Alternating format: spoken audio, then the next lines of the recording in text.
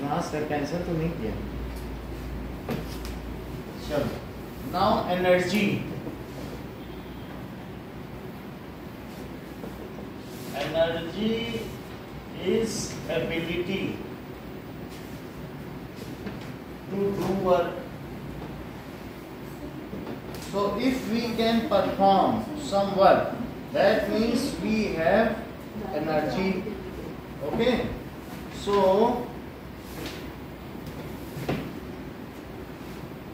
energy is ability. If we can do some work, अगर हम कुछ काम कर सकते हैं, this means we have energy. Similar manner electrical energy, जैसे इसमें एनर्जी जा रही है, कैसे फैन चल सकता है, तो electrical energy also can do work. जब इलेक्ट्रिक करंट पास होगी तो उस फॉर्म में फिर वो काम करेगी। So electrical energy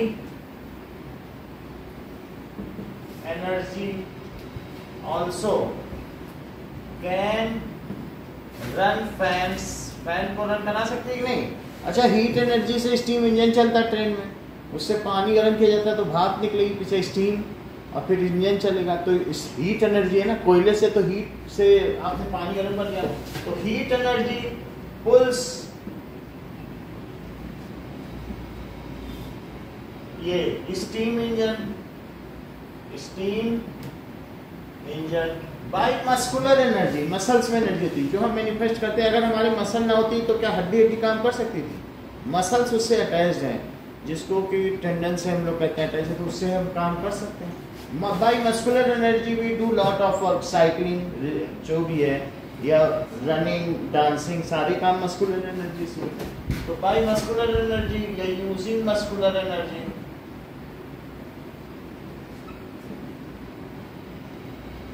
we can do daily work।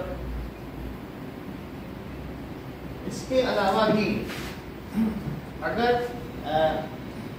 जैसे और कई तरीके की एनर्जी हैं, तो light energy is used by solar panels to run various appliance. अगर सोलर पैनल से तो बहुत सारी घर की बिजली भी चलती है।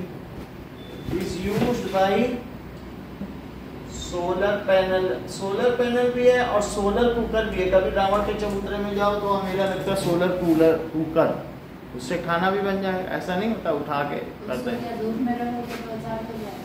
चार्ज नहीं, बस खाना बन जाएगा। उस पर हीट है और वो सब कंसंट्रेट कर देगा बर्तन में और पानी उबल जाएगा, खाना बन जाएगा। आधा घंटा लगता है।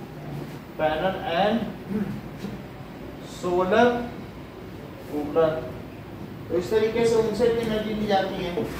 अच्छा, न्यूक्लियर एनर्जी से क्या होता है? न्यूक्लियर एनर्जी वो बहुत ज्यादा ही होती है। तो न्यूक्लियर एनर्जी से क्या होता है? It is also use Bhabha atomic research centre है, बहुत जगह पे पानी को गर्म करने के लिए, टरबाइन चलाने के लिए। हमने आपको बताया था, एक चीज घुमाते हैं तो लाइट जल जाती है मशीन, तो उससे भी हम टरबाइन चला सकते हैं। और न्यूक्लियर एनर्जी के से भी बहुत सारे काम कर सकते हैं। Can do a lot of work. Sun में न्यूक्लियर एनर्जी है। धीरे धीरे हम ये सब बातें आज सीखेंगे कि वास्तव में क्या है। Can is used to make electricity, लेकिन वो कहाँ पे होगी? Electricity in nuclear power station. एक है थर्मल पावर स्टेशन, जैसे आपने कहा कि भाई किसी भी चीज से पानी उबाल रहे हैं कोयले से, तो वो थर्मल पावर स्टेशन है। और न्यूक्लियर पावर स्टेशन जहाँ न्यूक्लियर से ये सब काम किया जाए। तो इन न्यूक्लियर पावर स्टेशन, तो इससे हमें ये पता चलता है एनर्जी होगी तो उससे काम किया जा सकता है। So energy is ability to do a lot of work. Sound energy, sound में भी एनर्जी है।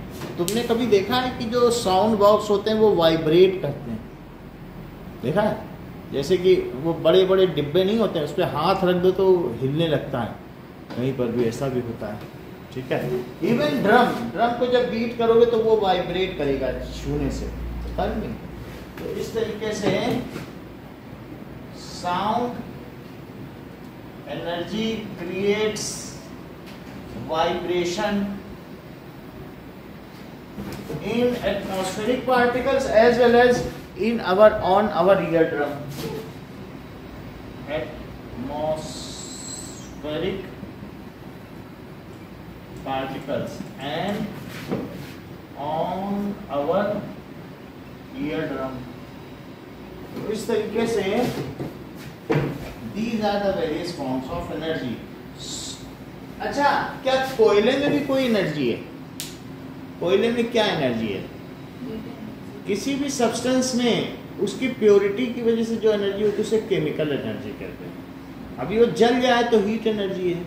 तो chemical energy is possessed bye battery में कौन सी एनर्जी है? Chemical energy.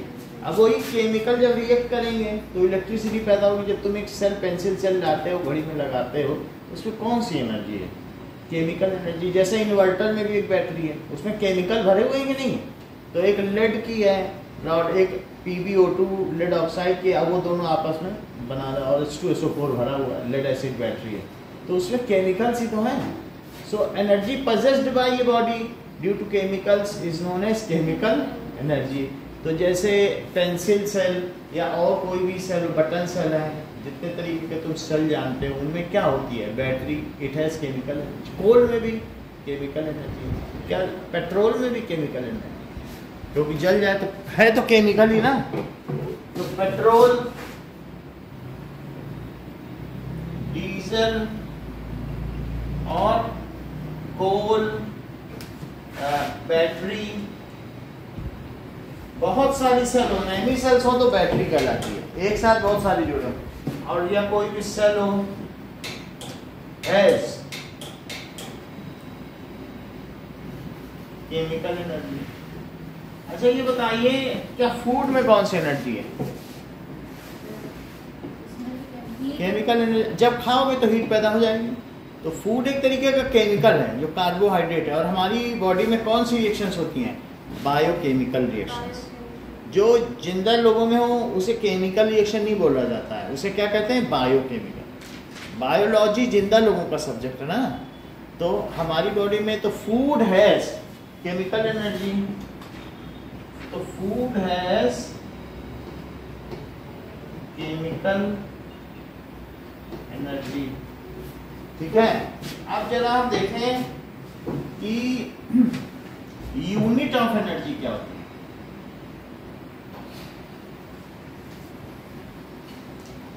Unit of energy, energy को ई से व्यक्त करते हैं, इज जूल।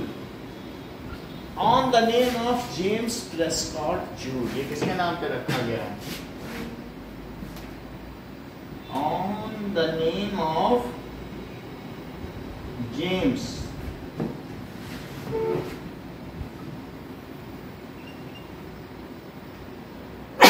Prescott joule. तो इसकी यूनिट जूल है। अच्छा, अब जरा देखो कि it is denoted by J, denoted by J। 1 joule को डिफाइन करो। 1 जूल क्या है? मान लीजिए when 1 Newton of force applied on an object and it get displaced by 1 Newton. सही है, it get displaced by 1 metre. तो 1 न्यूटन फोर्स अप्लाई करो और ये 1 मीटर चल जाए, तो then the work done on it is 1 joule. या द एनर्जी जो भी इस पर हमने खर्च की है, कंज्यूम है, ठीक है, रिक्वायर्ड। तो एनर्जी रिक्वायर्ड, ठीक है, to move an object by 1 metre by applying 1 newton force. एक ही है। तुम जितना काम करोगी उतनी तुम्हारी बॉडी की एनर्जी खर्च होगी। यही तो वर्क एनर्जी थ्योरम है। लॉस इन काइनेटिक एनर्जी जो तुम्हारी बॉडी में हुआ उतना तुमने वर्क किया। That is loss of kinetic energy is equal to work done by you. ये तुमने पढ़ा है कि नहीं पढ़ा है? तो यदि यही तो वर्क कि ऐसा कहे तुम्हारी बॉडी से 10 जूल एनर्जी निकल गई, काम 5 ही जूल करोगी क्या? तो फिर 5 जूल कहाँ गई? सो तो इसलिए थ्योरम ही अपने आप में बताती है कि amount of energy lost by your body is equal to the work done by us.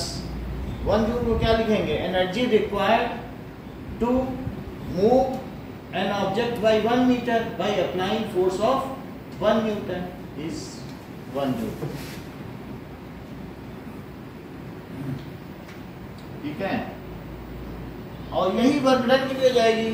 If 1 Newton force is applied and it displaces 1 meter, then the work done by it is 1। तो लिखो energy, क्या लिखें? Energy required. बच्चे आए नहीं क्या?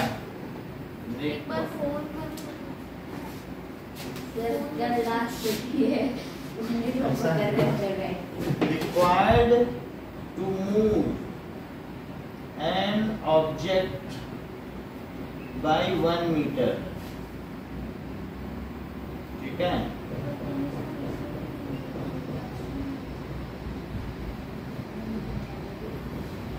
the force of 1 newton. So 1 newton force apply किया जाए और 1 मीटर ये डिस्प्लेस हो जाए तो क्या कहा जाएगा? The energy required is 1 joule. 1 kilo joule में कितने जूल होते हैं?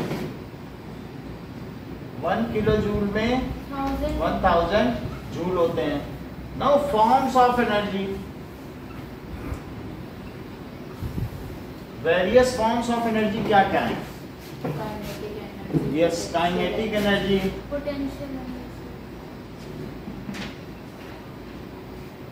Potential energy,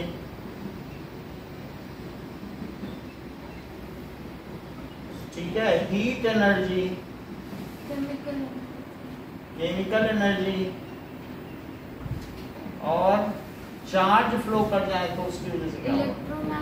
electric energy, electrical energy, nuclear energy, और बोलो साउंड एनर्जी भी हो सकती है।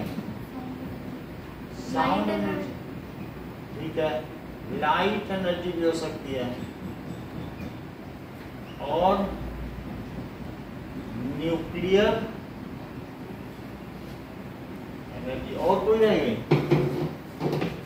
Electrical, sound, light, heat, chemical, potential, यही सब है। सो 1 2 3 4 5 6 7 and 8। What does it mean by kinetic energy? Energy possessed by a body by its motion। ठीक है, तो kinetic energy, energy possessed by an object due to its motion। एक बार check करूं कि ये तीसरा बच्चा लेट क्यों आ रहा। हाँ, और लोग क्यों नहीं आए? नीचे है नहीं कोई? Energy is ability to do work. ठीक है, थोड़ा 4 बजे से कर रहे थे लेकिन वही है, अभी लिखा हुआ है, अभी बता। हमने गलती से 4:30 डाल दिया। अब समझ लो फिर लिख लेना। एनर्जी क्या है? आइए 2 मिनट और। नाउ इलेक्ट्रिकल एनर्जी, आइए electrical energy can run fans. तो energy is ability to do work. इधर देखो, एनर्जी क्या है डिफाइन की जाए तो ability to do work. So जैसे इलेक्ट्रिकल एनर्जी क्या करती है? क्या वो फैन चला सकती है? तो इसका मतलब इलेक्ट्रिकल एनर्जी है। चार्जेस मूव करते हैं, फैन चलता है। बताओ हीट एनर्जी क्या कर सकती है? क्या स्टीम इंजन चला सकती है ऐसी ट्रेन? तो इसलिए हीट में भी एक एनर्जी है। और अगर मस्कुलर एनर्जी से तुम कुछ काम कर सकते हो, रनिंग कर सकते हो, कुछ भी कर सकते हो। लाइट एनर्जी से क्या सोलर पैनल चार्ज हो जाएंगे और उससे भी घर की बिजली जल सकती है। न्यूक्लियर एनर्जी से क्या होगा? न्यूक्लियर पावर स्टेशन, उसमें बिजली बनती है। और साउंड एनर्जी, क्या साउंड बॉक्स वाइब्रेट करते हैं? इवन अपने आप गले में रख दो, ये जो वॉइस बॉक्स है या लैरिंग्स है, ये भी वाइब्रेट ही कर रहा है, तो इसमें भी एनर्जी है। It can vibrate the atmospheric particles. और पेट्रोल, डीजल, इन सब में कौन सी एनर्जी होती है? पेट्रोल, डीजल और कोल, कोयले में कौन सी केमिकल एनर्जी है, क्योंकि ये जलेगा तो उसका केमिकल रिएक्शन होगा और उसकी वजह से एनर्जी प्रोड्यूस होगी। जो यूनिट वर्क की है वही यूनिट एनर्जी की भी है। सो that is what is the unit of work, the same is of energy. It is, अभी थोड़ी देर पहले कर दिया था 4 बजे के, जैसे अभी लिखा हुआ है समझाते हैं। चलो इसको नोट करो।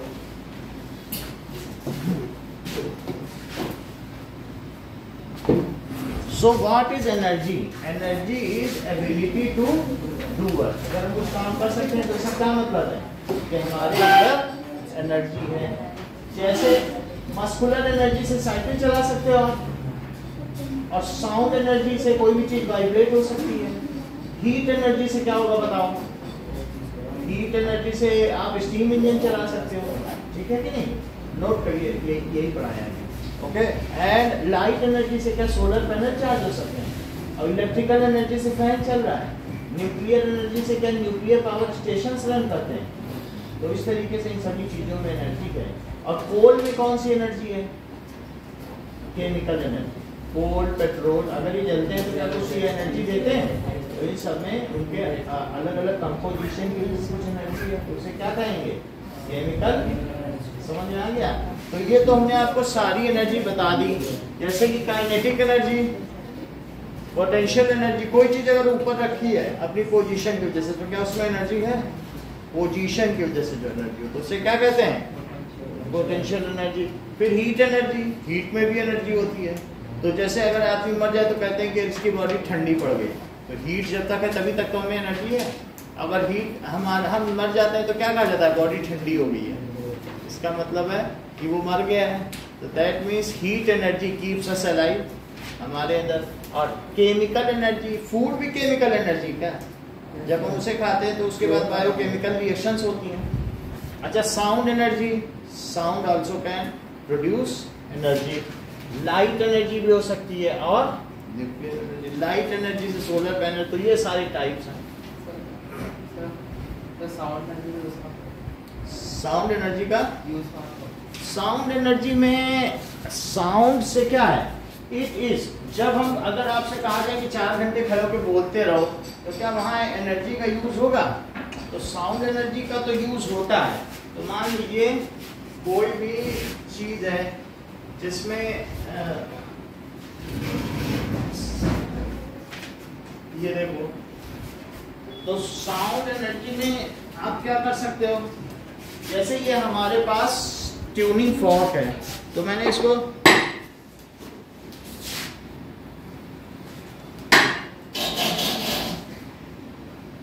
सुनाई पड़ा?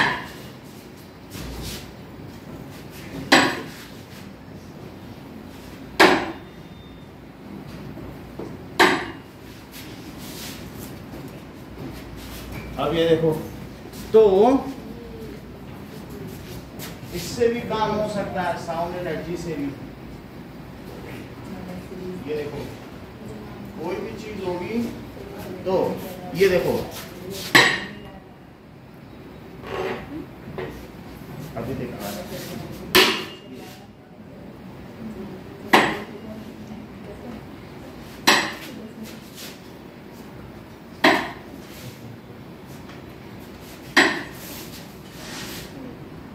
तो इस तरीके से अगर इसमें पानी रखा है तो क्या ये पानी को स्प्लैश कर सकता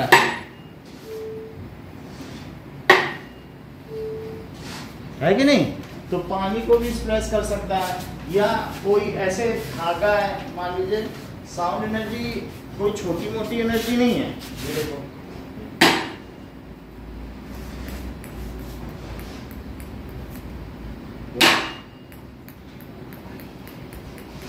हो रहा है कि नहीं? तो इस तरीके से साउंड में भी एनर्जी है। चलिए नाउ इतना नोट करें।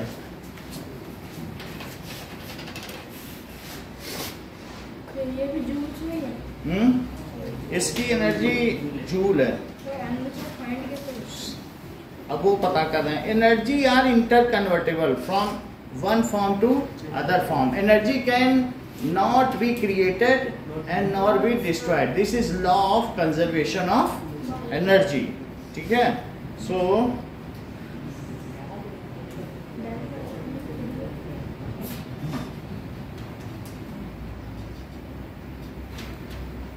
experiment of sound energy, splitting of milk.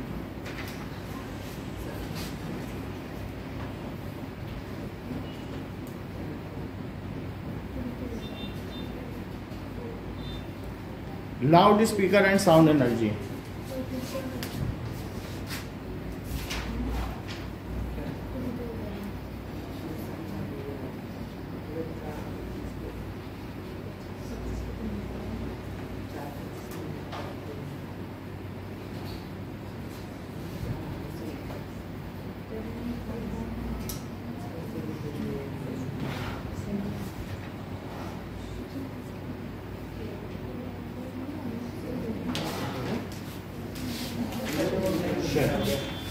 Now, तो इतना हमने देख लिया. It is ability to do work.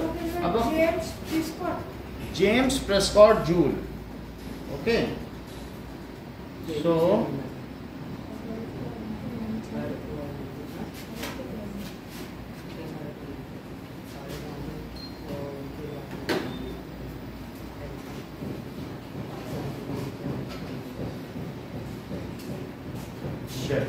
Now ये देखो,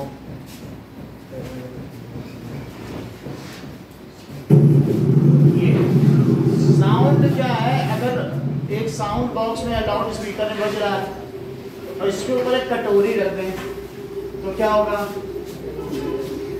ठीक है, देखो पानी रख दिया तो साउंड के बजने से क्या हो रहा है? क्या लग रहा है?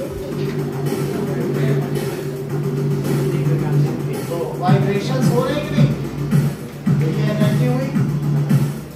ये देखो कितना ही लाइव हुई. बल्कि कटोरी से भी हल्का हल्का बाहर गिर रहा है कि नहीं? देखो तुम्हें हल्का हल्का गिरता हुआ दिख रहा है.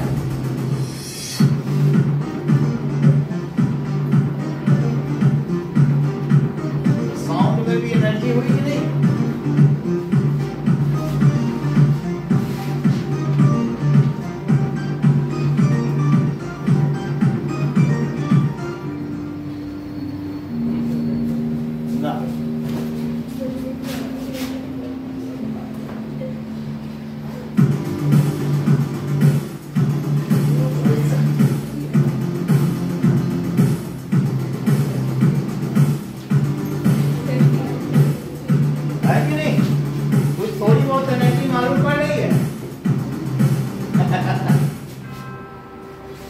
The sound is also having energy. इससे ये पता चल गया. 1 जूल वर्क, 1 जूल एनर्जी क्या होती है? तुम्हें 1 जूल वर्क मालूम है? वर्क ही एनर्जी है. अगर आपकी जितनी एनर्जी कंज्यूम होगी, क्या तुम उतना ही वर्क करोगे? The kinetic energy consume is the amount of work done. यही तो वर्क एनर्जी थ्योरम है. तो ये नहीं कि 10 जूल वर्क तुम्हारे में एनर्जी खत्म हुई है तुम 4 ही जूल कर पाए. जितनी एनर्जी खत्म होगी उतना ही तुम वर्क करोगे. सो इससे क्या पता चलता है कि that is there are various forms of energy and energy can be, energy क्या होगी? Inter convertible from one form to another. देखो, there are various forms of energy. So energy is interconvertible from one form to another, one form to another. ठीक है? So this is called transformation of energy. This is called transformation of energy. Okay, now law of conservation of energy. जो कि Einstein ने दिया of energy, ऊर्जा संरक्षण का नियम, that is energy can neither be created nor be destroyed. Energy can neither be created nor be destroyed. या ये तो लॉ है, या ये भी कह सकते हो total energy of universe is conserve, क्योंकि उसमें उतनी एनर्जी रहेगी। However it can be transform from one form to another. Sir आपने वो पहले सबसे ऊपर क्या लिखा है? एनर्जी इज इंटरकन्वर्टिबल, एक दूसरे में अंतर हस्तांतरणीय है। So, however, it can be transformed from one form to another. तो सुहाना दूसरा क्या स्टेटमेंट है इसी लॉ का, जरा बताओ तो। दिव्या, हाँ बोलो अभिषेक। टोटल एनर्जी है ना, जैसा कि अभिषेक ने बताया कि total energy of universe is conserve, total energy of universe is conserve. ये भी यही लॉ है। अच्छा, क्या मास भी एनर्जी है? ये पेन एक एनर्जी है क्या? किसने बताई ये बात? Mass is also a form of energy, ये अल्बर्ट आइंस्टीन ने बताई, और उन्हीं का फेमस मास एनर्जी रिलेशन है E is equals to mc²। Mass is a form of energy. If some mass is destroyed, mass कब डिस्ट्रॉय होगा? ऐसे नहीं डिस्ट्रॉय होगा, न्यूक्लियर रिएक्शंस में होता है। जब एक न्यूक्लियस से दूसरा न्यूक्लियस कोलैप्स करेगा, टकराएगा, तब होगा। तुमको मालूम है कि सन हर सेकंड कितना कम हो रहा है उसका मास? यस, जैसा कि इन्होंने बताया कि हर सेकंड 6000 किलो कम हो रहा है, तो उतना उसके हिसाब से उतनी एनर्जी पैदा होगी। जब सन इतना हल्का हो जाएगा कम होते होते कि उसका ग्रेविटेशन पुल उसकी गैसेस पे ही नहीं रहेगा, तो वो गैस फिर एक्सपेंड करेंगी, उससे दूर भागेगी। गैस अभी पुल हो रही है उसके चारों तरफ की, हीलियम गैस है ना मेनली, फिर वो एक्सपेंड करेंगे क्योंकि सन तो हल्का होता जा रहा है, और फिर वो एक्सपेंड करके क्या सारे प्लैनेट्स को निगल लेंगी।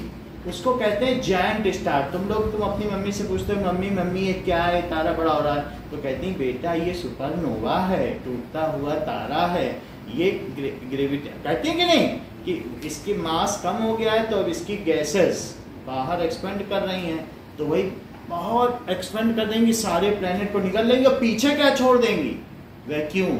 फिर उस वैक्यूम को भरने के लिए वे गैसेस वापस आएंगी और वो सारे प्लैनेट को भी ले आएंगी, और वो इतना तेज ग्रेविटी होगी वो उसी में कंडेंस होती जाएंगी, एक पिन पॉइंट बन जाएगा, उसमें सारे प्लैनेट भी चले जाएंगे, फिर वो ब्लैक होल बन जाएगा।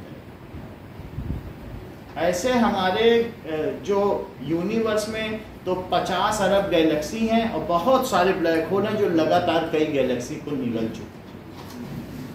बिग बैंग थ्योरी कहती है कि 1 पॉइंट से पूरा यूनिवर्स बना है और अल्टीमेटली एक ही ब्लैक होल में सब समा जाएगा। तो mass is a form of energy, it can be converted into, इसको क्या किया जा सकता है? If some mass is destroyed, एक पेन के बराबर ही मास डिस्ट्रॉय हुआ था, इतना यूरेनियम जो हिरोशिमा और नागासाकी तबाह हुआ था, इतने मास को उसने डिस्ट्रॉय किया था 8 ग्राम, और 2 शहर के करीब 2.5 लाख लोग मारे गए थे। तो कितनी आप समझ सकते हो, अभी हम आपको कैलकुलेशन करके दिखाएंगे कि ये जज्ब भी देखा है वक्त की नजरों ने कि लम्हों ने खता की और सदियों ने सजा पाई। तो 1-2 लम्हे ही थे जो उन्होंने खता की थी, अमेरिका ने बम्बार्डमेंट किया था, और आज भी वहाँ बच्चे दूल्हे लंगड़े पैदा हो रहे हैं। तो मतलब उसके क्या हजार नहीं कि 45 है और 23 आ गया है, तो आप समझो 80 साल बाद भी ये हो रहा है। लम्हों ने खता की और सदियों ने सजा पाई. So mass is a form of energy. If some mass is destroyed, then equivalent amount of energy is produced. हम लोगों ने मास को डिस्ट्रॉय करना तो सीख लिया है, लेकिन अभी हम लोग एनर्जी से मास नहीं बना पाए. वो काम ब्लैक होल में ही हो रहा है, हम नहीं कर पाए हैं ब्लैक कंडीशन. ब्लैक होल बहुत भारी है. So it is a form of energy. If some mass is destroyed, then equivalent amount of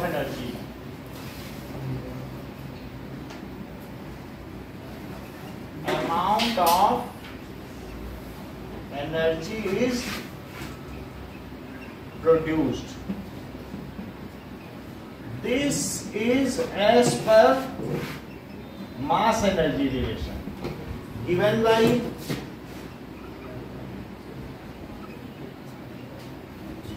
by James Prescott Joule, Albert Einstein. तो अल्बर्ट आइंस्टीन ने एक रिलेशन दिया था, और उस रिलेशन को क्या कहते हैं? मास energy relation. That is E is equals to mc square. ये जगह जगह आपको लिखा हुआ मिल जाएगा. mc square, c square. अब m क्या है? जो मास ऑफ ऑब्जेक्ट है जो डिस्ट्रॉय हो रहा है. और ये बताओ E क्या है? Energy produced. और c क्या है? Speed of light. लाइट बहुत तेज स्पीड से चलती है, 3 × 10⁸ मीटर पर सेकंड. इतनी तेज है कि 14 करोड़ 88 लाख किलोमीटर दूर का सन हमारे पास 8 मिनट 20 सेकंड में ही अपनी लाइट पहुंचा. यानी इसका मतलब क्या हुआ? जो अभी तुम सन देख रहे हो कितने मिनट पहले है? 8 मिनट पहले जो लपट उठी तो तुम अभी देख रहे हो. इसका मतलब है अगर सन से अर्थ को देखा जाए तो जो वहां वो इस समय देख रहा है वो 8 मिनट पहले की एक्टिविटी है. जैसे यहाँ जो एक्टिविटी हुई, क्योंकि लाइट भी चलने में समय लगाएगी, और तुम 2 ही मिनट में सन में पहुंच जाओ. देख लो पहले, अच्छा इसने इसका गला काटा, फट से सन पे पहुंचो उससे तेज, और फिर 6 मिनट और इंतजार करो, कह दो भी लाइट आने दो फिर से देखेंगे. तो क्या उसी गले काटने को तुम फिर से देख लोगे? क्योंकि वहां तुम 8वें मिनट में पहुंचेगी. यही चीज कही गई है कि जो सन की लाइट हम तक कितनी देर में पहुंच रही है. और हमसे सबसे निकट का स्टार कौन सा है? अल्फा सेंटाउरी. उसकी लाइट हम तक कितने समय में पहुंच रही है? 4.5 साल. कितने साल में? 4.5 साल. और कई ऐसे स्टार हैं जिनकी लाइट अभी हमारी धरती 5 खरब साल पुरानी है.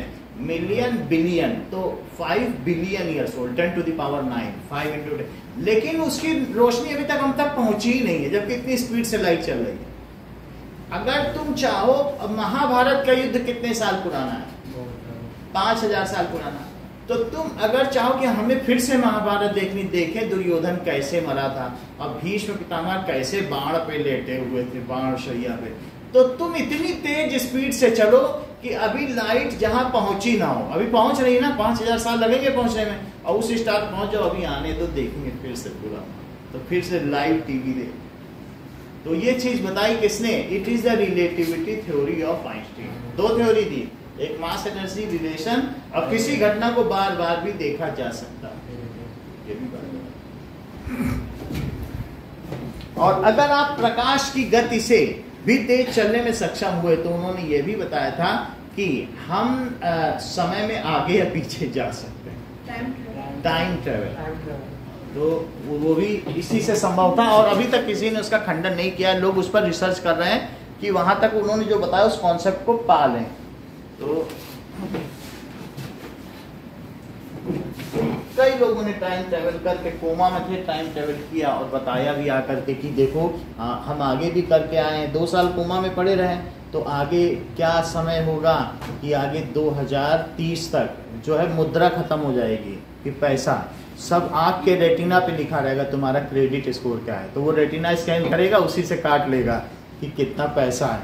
और सीमाएं खत्म हो जाएंगी देश की, और प्रत्येक 700 लोगों में 3 लोग जिंदा बचेंगे, यानी 697 लोग मर जाएंगे। ये भी है कि मतलब 7 बिलियन पॉपुलेशन में 3 मिलियन ही बचेगी। दुनिया में कहीं कहीं लोग होंगे, देश की सीमा नहीं होगी, और क्रेडिट स्कोर, बॉडी में ही क्रेडिट स्कोर छिपा रहेगा, कोई मुद्रा नहीं होगी।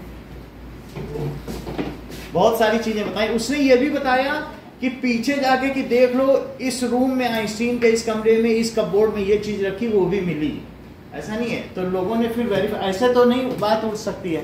उसने पीछे का भी बताया, बोला हिटलर का ये देखो यहाँ यहाँ मिलेगा, और सब सही सही बात पाई गई। तो लोगों ने कहा जरूर इसने टाइम ट्रेवल किया। और कुछ टाइम ट्रेवलर ऐसे भी है कि उन्होंने बताया है कि 23 दिसंबर में भी आने वाला है, ऐसी दवा आने वाली है जिससे मनुष्य की उम्र 200 साल होता है। अब देखो, अब दिसंबर आने को पता चलेगा। उसमें कहा क्यों करा, हम आगे 600 साल आगे जाके चुके हैं, और हमें मालूम है, हमने जब हिस्ट्री पढ़ी तो उसमें आया है कि दिसंबर 23 में ये दवा आई। तो जो भी हो, बट हमें इससे नहीं मतलब है। We are at mass energy relation. देखो, if 1 kg mass is destroyed, तो बताओ कितनी एनर्जी प्रोड्यूस होगी। If 1 kg mass is destroyed, तो जरा देखो E is equals to, mass की जगह क्या 1 kg लिखते हैं, 10 raised to the power 8 का स्क्वायर। तो 1 kg और into 3 into 10 to the power 8 का स्क्वायर, तो ये मीटर पर सेकंड है, और उसका स्क्वायर, तो 1 kg को तो 1 ही रखो, और 3 का स्क्वायर क्या हुआ, अब 10 की पावर 8 का स्क्वायर, तो 10 की पावर 8 का भी स्क्वायर करो, 16, तो 9 इंटू 10 की पावर 16 जूल इतनी एनर्जी होगी, जो कि काफी ज्यादा। 1 kg अगर खत्म हो तो इतनी एनर्जी होगी। तो अभी मैंने बताया कि kinetic energy, the energy possessed by a body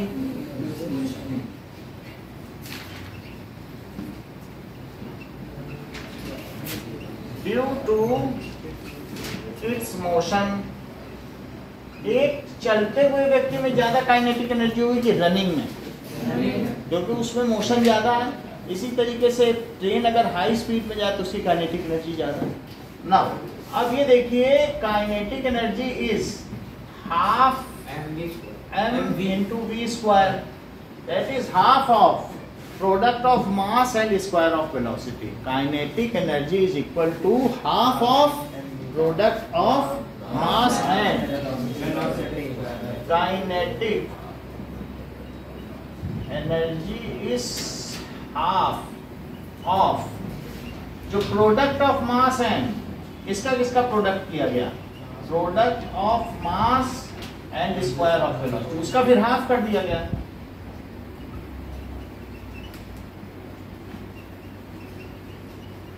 अच्छा, any form of energy has unit joule, so kinetic energy की भी क्या यूनिट होगी, joule. So its unit is joule. क्या एनर्जी एक स्केलर क्वांटिटी है या वेक्टर क्वांटिटी, वेक्टर नहीं है, तो लिखो, कहीं हमने नहीं लिखा होगा, लिखो एनर्जी इज स्केलर क्वांटिटी, कहीं लिख लीजिए एनर्जी इज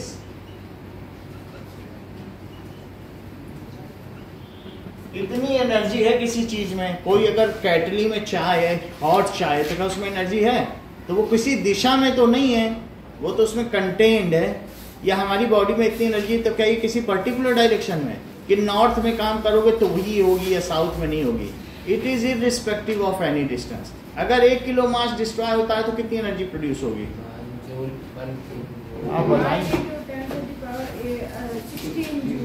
ठीक है, and it is mass energy relation, इसके हिसाब से चला करो। ठीक है, जब तुम नियम बना लोगे तो तुम्हारे हिसाब से चलेगी दुनिया, अभी तो इन्हीं के हिसाब से चलो, है ना। चलो, अगर तुमने 100 ग्राम का एक सेब है और 1 मीटर ऊपर उठा लिया तो कितनी एनर्जी खर्च होगी,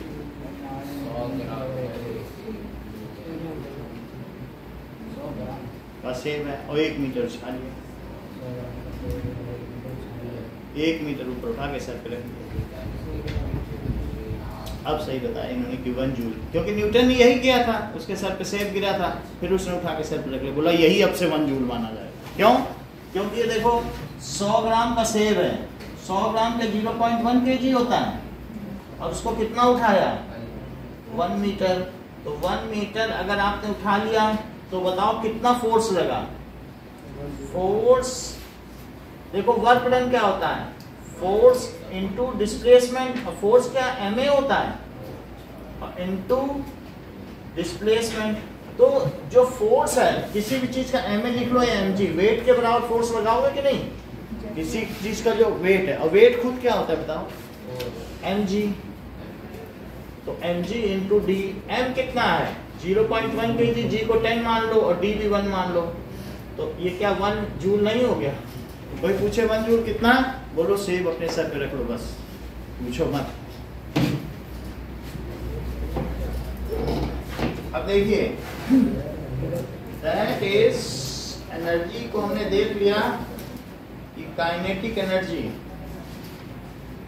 अब काइनेटिक एनर्जी जब हमें पता चल चुकी है तो एक बार let us elaborate work energy theorem.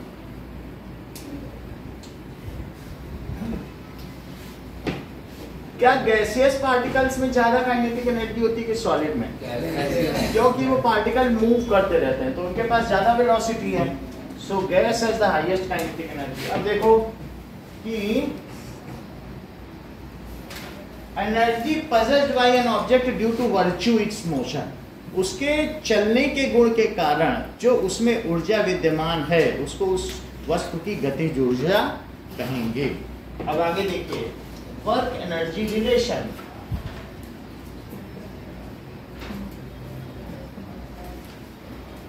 कहा गया है कि if an object of mass m, if an object of mass m under some force, उस पे कुछ फोर्स लग रहा है,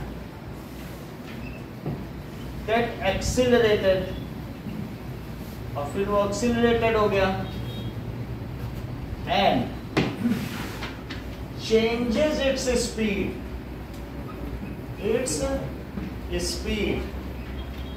from u meter per second to v meter per second, उसकी स्पीड बदल गई है, u मीटर पर सेकंड से कितनी हो गई?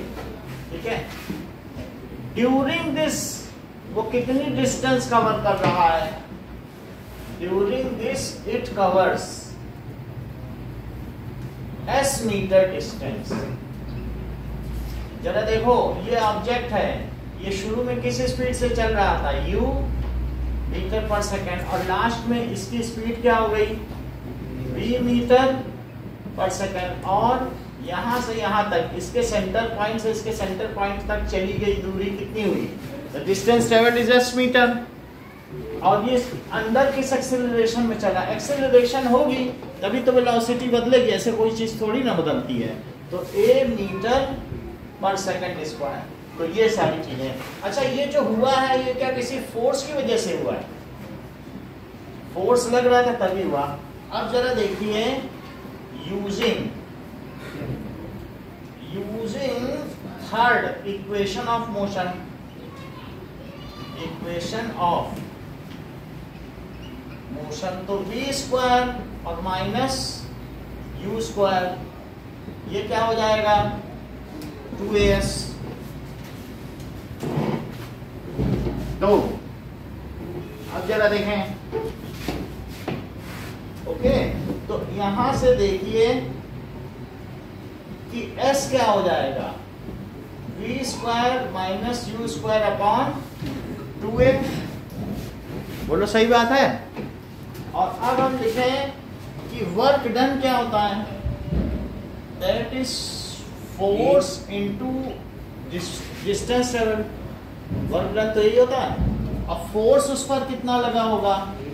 ma into distance travel. अब डिस्टेंस ट्रेवल का यहां से ये जरा रखो, v square minus u square और अपॉन 2, यही वैल्यू रखी कि नहीं?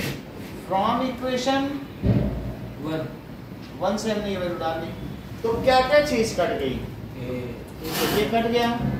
तो अब अंदर m भी ले जाओ, mv square minus mu square divided by, इससे देखो अब मैं इससे क्या कह सकता हूँ, हाफ mv स्क्वायर, तो हाफ mv स्क्वायर और माइनस हाफ mu स्क्वायर, यही क्या हो गया, वर्क डन। तो work done is equal to, बोलो हाफ mv स्क्वायर क्या है, फाइनली तो kf और माइनस, तो यहाँ लिखो work done is equal to change in kinetic energy. Change in kinetic energy is equals to work done on it. जितनी किसी की हमने कोई चीज धीरे धीरे बहुत चल रही थी और बैट मार मार के तेज कर दी, तो आपने उस पर कितना काम किया, जितनी उसकी काइनेटिक एनर्जी में चेंज हुआ वो उतना आपने उस पर काम किया। फिर से समझो, मान लो कोई चीज है धीरे से चल रही, तुम उसको और मारो छड़ी से और उसकी स्पीड बढ़ गई, तो कुछ स्पीड बढ़ गई तो उसमें एनर्जी ज्यादा आ गई क्या, तो क्यों आई, क्या तुमने उस पर काम किया तभी आई, फोर्स लगाया होगा और डिस्प्लेसमेंट भी हुआ है, तुमने फोर्स लगाया क्या डिस्प्लेसमेंट नहीं हुआ है, तो तुम सीधी बात समझो फोर्स इनटू डिस्प्लेसमेंट ही वर्क होता है। लेकिन मैं डिस्प्लेसमेंट की वैल्यू तो निकाल लूं, एस कैसे निकालोगे, क्या तुम इस फार्मूले से एस निकाल सकोगे, एस क्या होगा बताओ जरा, v square minus v square is equal to 2s, तो यही s की जगह रख देना। ऐसा करने से क्या, और f की जगह क्या रख दोगे, ma, क्योंकि मास इनटू एसएल तो a कट जाएगा और यही m अंदर ले आओ, तो क्या होगा बताओ, mv स्क्वायर माइनस अपॉन 2, दोनों में 2 भी लगा दो। तो ये क्या चीज है बताओ, क्या ये फाइनल काइनेटिक एनर्जी है, क्योंकि v है ना, और ये u, तो अब final minus initial kinetic energy क्या होती है, मान लो ये पहले चल रहा था और इसमें चलने की वजह से 10 जूल एनर्जी थी और बाद में 20 जूल हो गई, तो कितना चेंज आया होगा, 10 जूल का। तो इस पर वर्क डन कितना किया गया, 10 joule.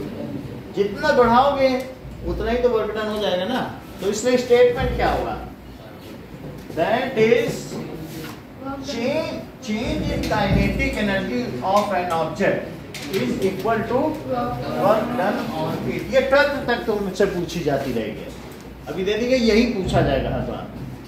So that is change in kinetic energy is equal to क्या होता है बताओ, change in kinetic energy equal to work done on it.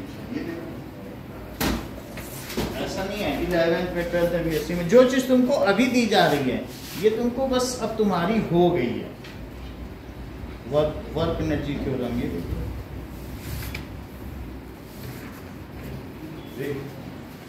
क्या लिखा है, work energy change in kinetic.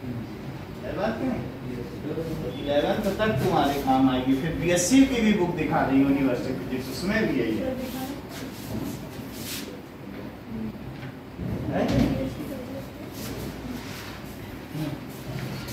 क्योंकि है तो वही थ्योरी, चैप्टर वही है।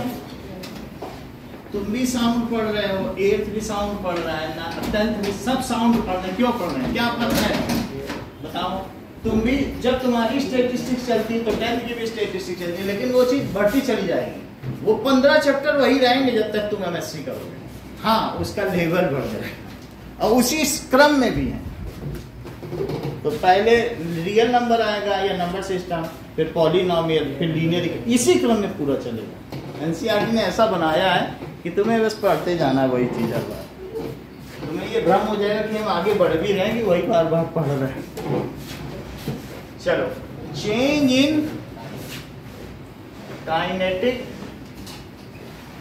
Energy is equal to work done on it. अब जरा देखने, जबकि हमें ये बात पता चल चुकी है, अगर किसी चीज की इफ इनिशियल काइनेटिक रुकी हुई चीज है, तुम उस पर फोर्स लगाने लग जाओ तो क्या होगा। तो if object is initially at rest, ऐसा भी बुक में है, एट रेस्ट तो बोलो u क्या हो जाएगा, 0। और इसी में जरा पुट तो करो, w क्या है, हाफ mv स्क्वायर और माइनस हाफ, और u को 0 रख दो, और minus half m into 0 square, तो w इज इक्वल टू क्या, हाफ mv स्क्वायर हो जाएगा। तो work done on any object is equal to energy gained by it. Work done on any object at rest, अगर शुरू में वो rest पर है तो जितना काम करोगे उतनी उसकी एनर्जी बढ़ जाएगी। सो वर्क डन ऑन, ये कोई थ्योरम नहीं, बस एक उसी में से निकाल दिया, on any object initially at rest ना, शुरू में वो कैसे थी, तो ये 0 हुआ कि नहीं। Work done on any object initially at rest is equal to, इसके इक्वल है to kinetic energy gained bye.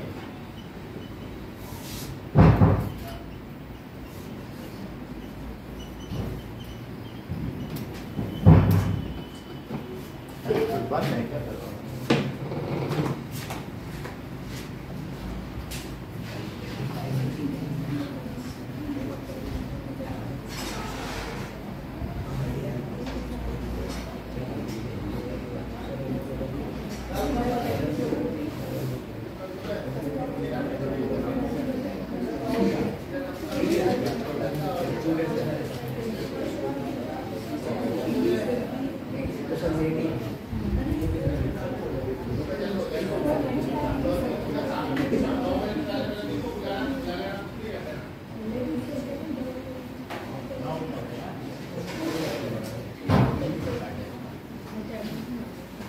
कल की आप लोगों की छुट्टी रहेगी, सुबह टेस्ट नहीं है।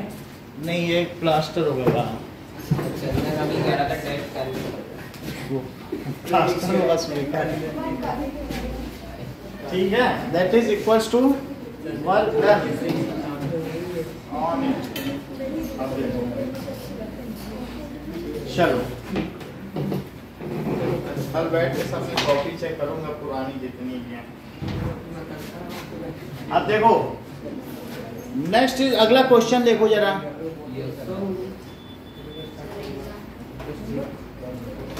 एग्जाम्पल देखो।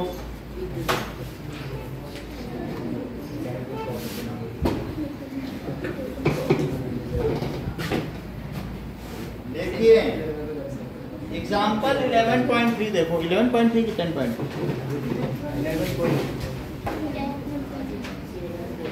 10.3 देखो, नई बुक में पहले 10। An object of mass 15 kg is moving with a uniform velocity। देख लो 15 kg की चीज है और कितने स्पीड से चल रही है, 4 मीटर पर सेकंड। तो इसमें कितनी काइनेटिक एनर्जी होगी मैम? काइनेटिक एनर्जी का कोई फार्मूला है, half mv square. So half m, तो हाफ और मास कितना ले लें, 20 और 4 का स्क्वायर कर लो। ये तो फार्मूला लगाएंगे, कह रहा है कि कितनी काइनेटिक एनर्जी, तो is equals to half into 15 into 16, तो 8 हो गया, 120 जूल। तो kinetic energy contained by it is 120 joule. अब जरा देखें, क्लास 5:30 तक है, 5:30 से उनको बुला लिया, फिर वो वेट करेंगे ना 10 के। वो गलती से हमने टाइम डाल दिया था, ऐसे हमको ध्यान ही नहीं था, वही पुराना टाइम ही डाल दिया। हाँ हाँ मंडे से 4:30 से। एग्जाम्पल 10.4 देखो। अच्छा ये बताओ कि कोई कार अगर शुरू में 3 मीटर की स्पीड 30 किलोमीटर पर आवर से चल रही है, और अगर इसने इंजन को और पावर थ्रोटल दिया तो कार की स्पीड बढ़ जाएगी, एक्सीलरेट कर दिया। तो अब इस ऐसी स्थिति में ये कार, ये इसका आगे का पोर्शन है, ठीक है। तो ये कार अब क्या 60 किलोमीटर पर आवर हो गई है, 60 किलोमीटर पर आवर की स्पीड से चल रही है। तो आपको ये बताना है यदि कार का मास 1500 kg हो तो इस पर वर्क डन क्या हुआ है। तो आप वर्क एनर्जी थ्योरम लगा दो बस। तो फाइंड वर्क डन। अच्छा, u की वैल्यू पता करो, 30 किलोमीटर पर आवर। तो 30 में दिशा किससे मल्टीप्लाई करें, मीटर पर सेकंड बदलना पड़ेगा, 5/18 से कर दो, या 1000/3600 करो, क्योंकि 1 किलोमीटर में 1000 मीटर और 1 आवर में 3600 सेकंड। तो वो कट के कितना आता है 5/18। तो 5/18 मीटर पर सेकंड लिखना। During inter conversion of units are to be mentioned at both the places. Okay, तो ये 18 से तो नहीं कटेगा, 6 से कटेगा। 6 3 जा 18 और 6 5 जा, दैट इज 25/3 मीटर पर सेकंड। और v देखिए 60 किलोमीटर पर आवर, तो 60 इंटू 5/18 करो, ये भी 6 से करो, 10, तो दैट इज 50 बाई। अच्छा, as per work energy theorem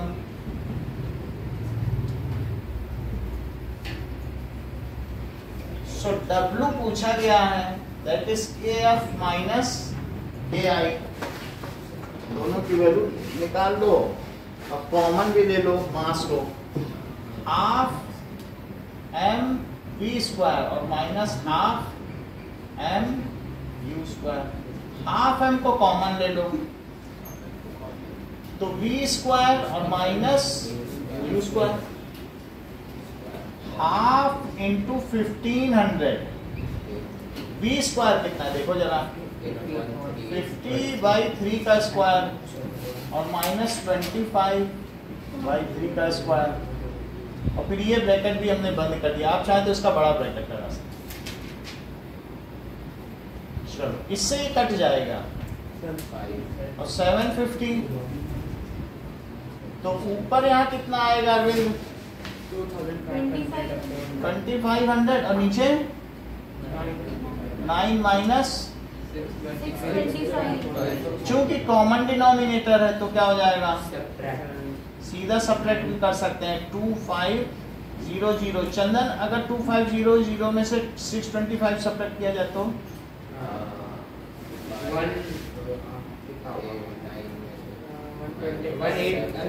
1875। सही बताया। नाउ अब देखिए 750 इंटू 1875 अपॉन 9, 3 से कट करो, 3 से काटो, 3 है और 3 2 जा 6, 3 5 जा, इस 3 से ये भी काटो, 3 6 जा 18 और 3 2 जा और 3 5 जा। अब दोनों का मल्टीप्लाई करके बताओ, उतने जूल आ गया।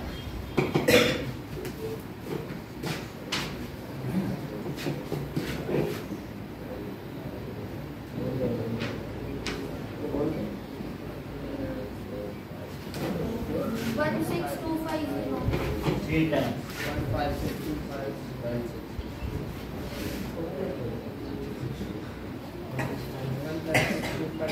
1625।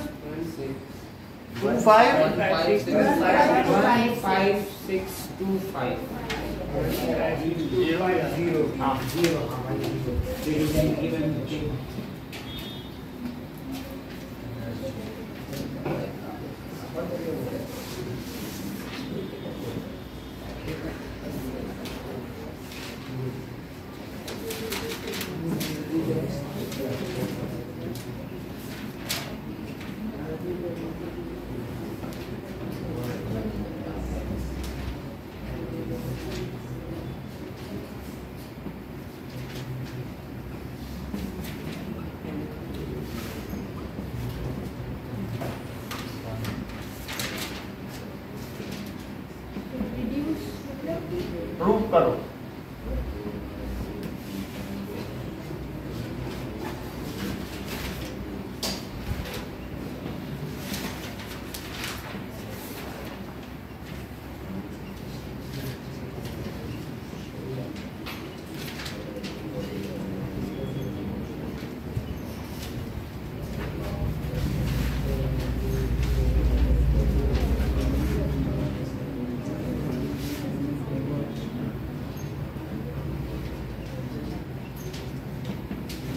चलिए 3 क्वेश्चन।